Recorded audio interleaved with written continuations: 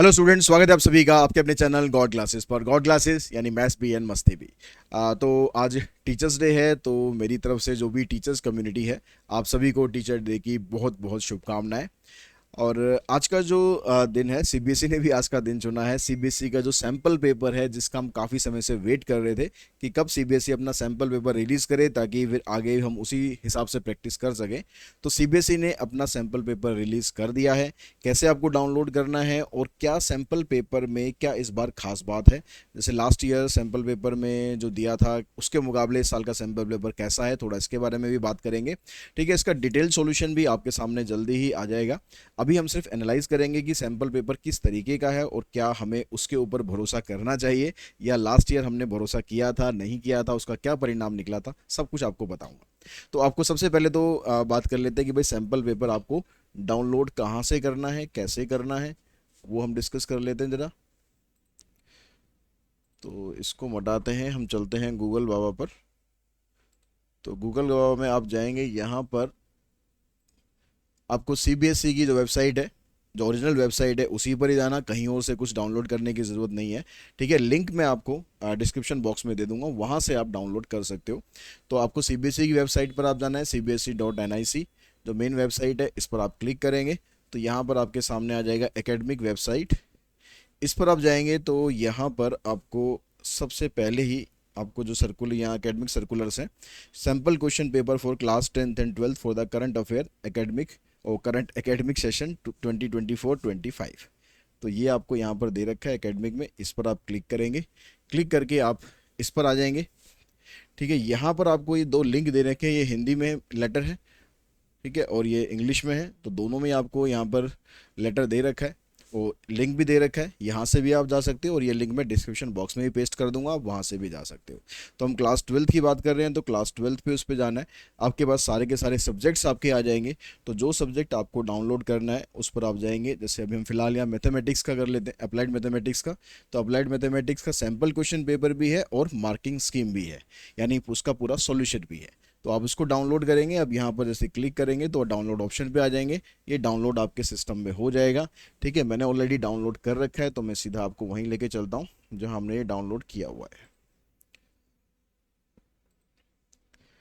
तो ये आपके मार्किंग स्कीम है और ये सैम्पल क्वेश्चन पेपर है। तो सैम्पल क्वेश्चन पेपर है, उसको जरा हम डिस्कस करते हैं कि कैसा सैम्पल पेपर है और क्या हमें इस पर रिलाई करना चाहिए नहीं करना चाहिए, सबसे बड़ी बात है ये।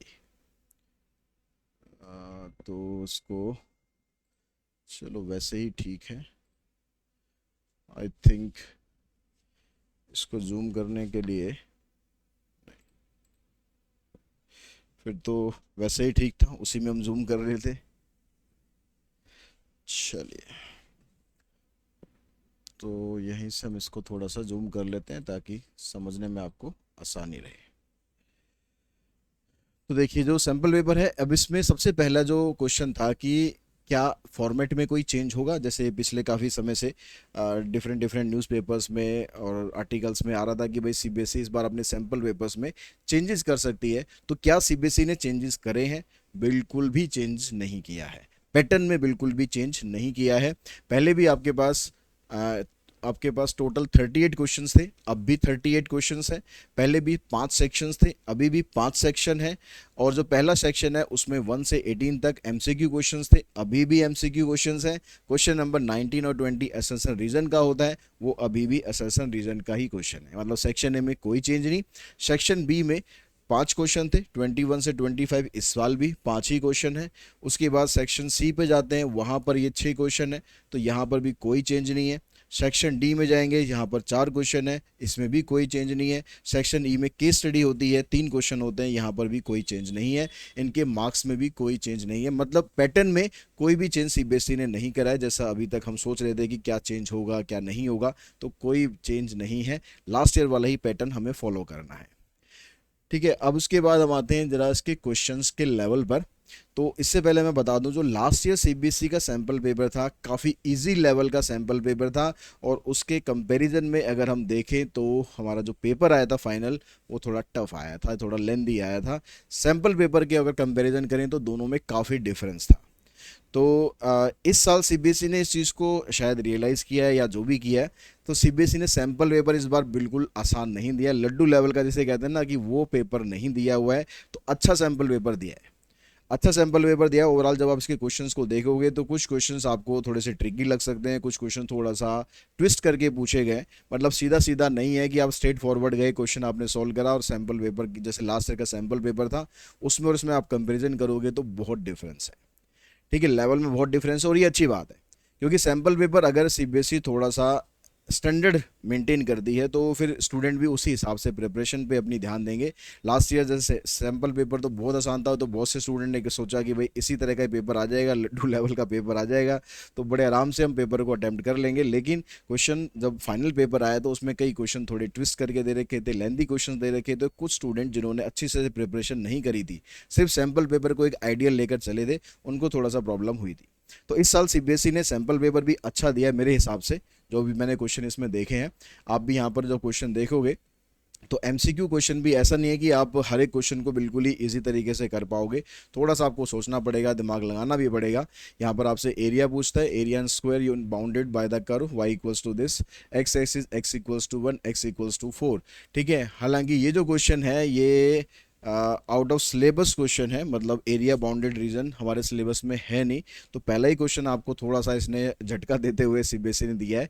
तो बेटर यही रहेगा कि लास्ट ईयर भी एक क्वेश्चन था ऐसा, जो फाइनल एग्जाम था ना उसमें एक क्वेश्चन था ऐसा, लेकिन उसके ऑप्शन में एक क्वेश्चन और दिया था तो मैनेज हो गया था। लेकिन यहाँ पर ये ऑप्शन नहीं है, तो मैं रिकमेंड यही करूँगा कि अगर यहाँ पर सैम्पल पेपर में ये दिया हुआ है तो हम इस टॉपिक को भी कवर कर लेंगे तो बेटर रहेगा। ठीक है, फॉर सेफर साइड। उसके बाद फिर आपके यहाँ पर इन्फ्रेंशियल स्टेट्स का क्वेश्चन है। ठीक है, ये क्वेश्चन तो आसान ही है। With let the cost of manufacture for a manufacture, cost function आपको दे रखा है और इसके हिसाब से आपको यहाँ चार ऑप्शन दे रखे हैं, तो इंक्रीजिंग डिक्रीजिंग ये आपको बताना है, इंटरवल निकालना है, तो ये तो चलो हो जाएगा आराम से। यहाँ पर एब्सोल्यूट वैल्यू है और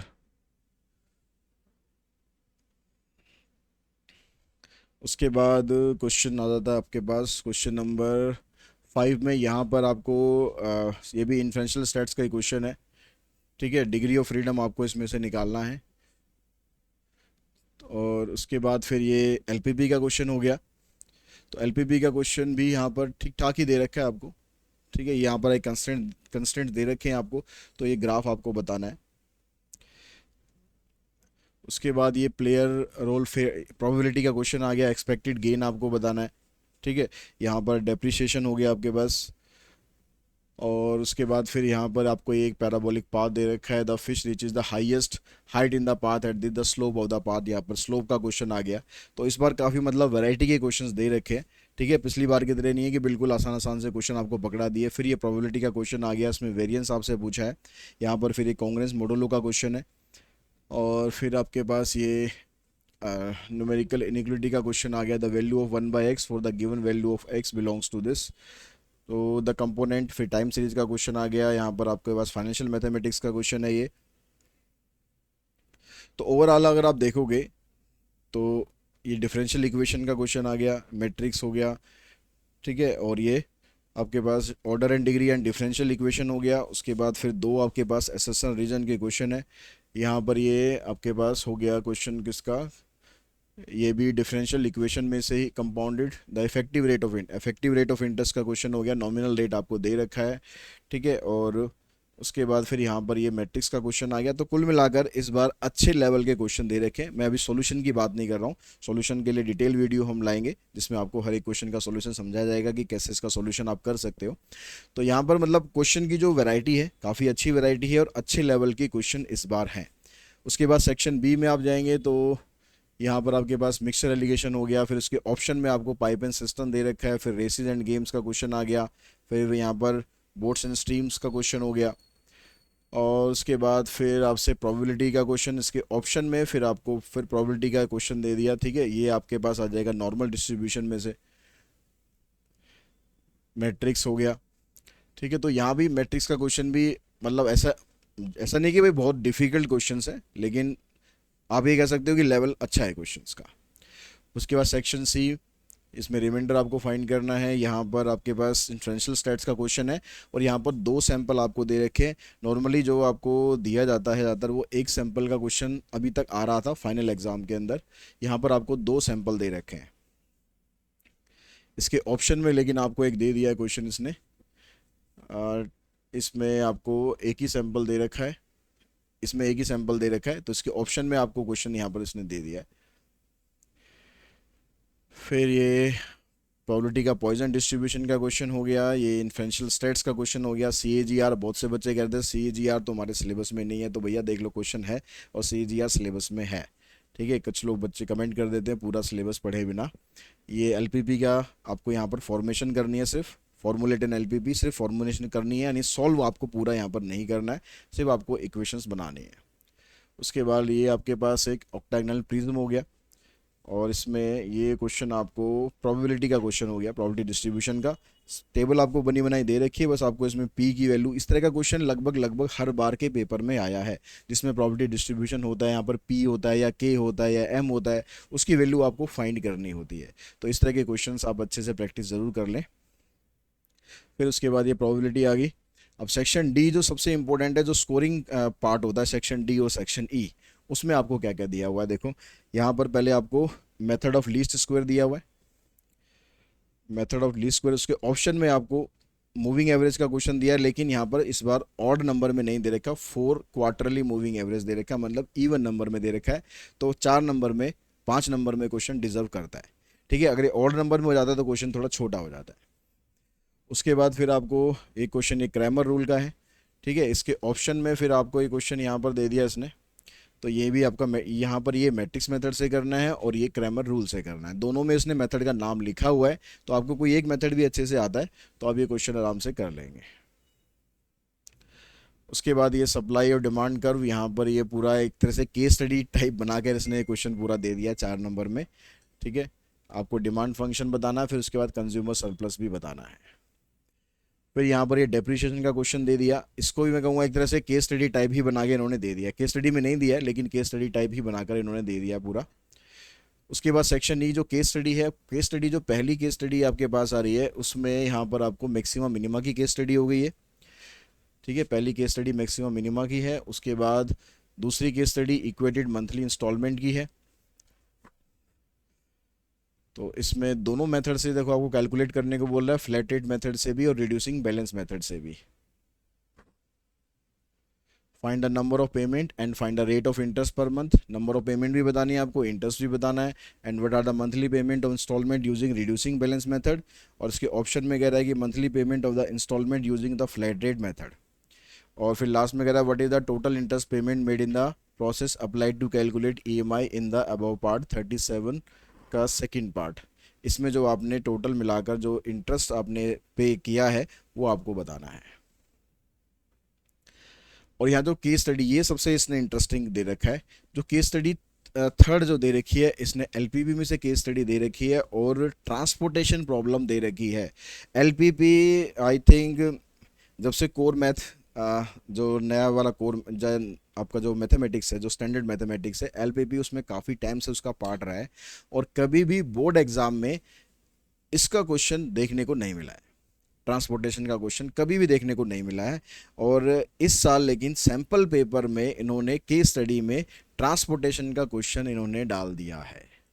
तो जो बच्चे ट्रांसपोर्टेशन का क्वेश्चन नहीं करते थे, अब उनके लिए कि ये वार्निंग बेल है, भैया ट्रांसपोर्टेशन भी आ सकता है, क्योंकि ये क्वेश्चन थोड़ा सा लेंदी हो जाता है। ठीक है, इसलिए टीचर्स भी इसको ज़्यादा रिकमेंड नहीं करते कि भाई आपको ये वाले क्वेश्चन करने ही करने हैं। लेकिन अब देखो कि यहाँ पर सैम्पल पेपर में दे रखा है, तो फाइनल में आ जाए तो हम ये नहीं कह सकते कि भैया CBSE ने वार्निंग बेल नहीं दी हमें कि इस तरह का क्वेश्चन भी आ सकता है। तो इस तरह का क्वेश्चन यहाँ पर है, तो बेटर रहेगा कि आप ट्रांसपोर्टेशन प्रॉब्लम जो बच्चे नहीं कर रहे हैं वो भी इसको अच्छे से कर लें। तो ओवरऑल अगर मैं बात करूं, जैसे मैंने स्टार्टिंग में बताया आपको कि ओवरऑल सैम्पल पेपर आपको एक अच्छे लेवल का दे रखा है। ठीक है, इसी के हिसाब से आप प्रिपरेशन करेंगे, मतलब अच्छे लेवल के क्वेश्चंस करेंगे तो बेटर रहेगा। ठीक है, और जो सैम्पल पेपर है गौर क्लासेस का, जो सैम्पल पेपर है ऑलरेडी पाइपलाइन में है, मतलब प्रिंटिंग भी गया हुआ है, और मे बी 8-10 दिन के अंदर वो आप लोगों को ऐप के ऊपर अवेलेबल हो जाएगा। और लास्ट ईयर भी जो स्टूडेंट ने हमारे सैम्पल पेपर लिए थे उन सब का जो रिव्यूज़ अगर आप देखोगे या उनसे आप बात करोगे या यूट्यूब पर भी आप कमेंट देखोगे, तो बहुत से क्वेश्चन ऐसे थे जो सैम्पल पेपर में से आए थे, उस लेवल के क्वेश्चंस आए थे, क्योंकि उसके अंदर आपको काफ़ी अच्छे अच्छे लेवल के क्वेश्चंस मिलेंगे।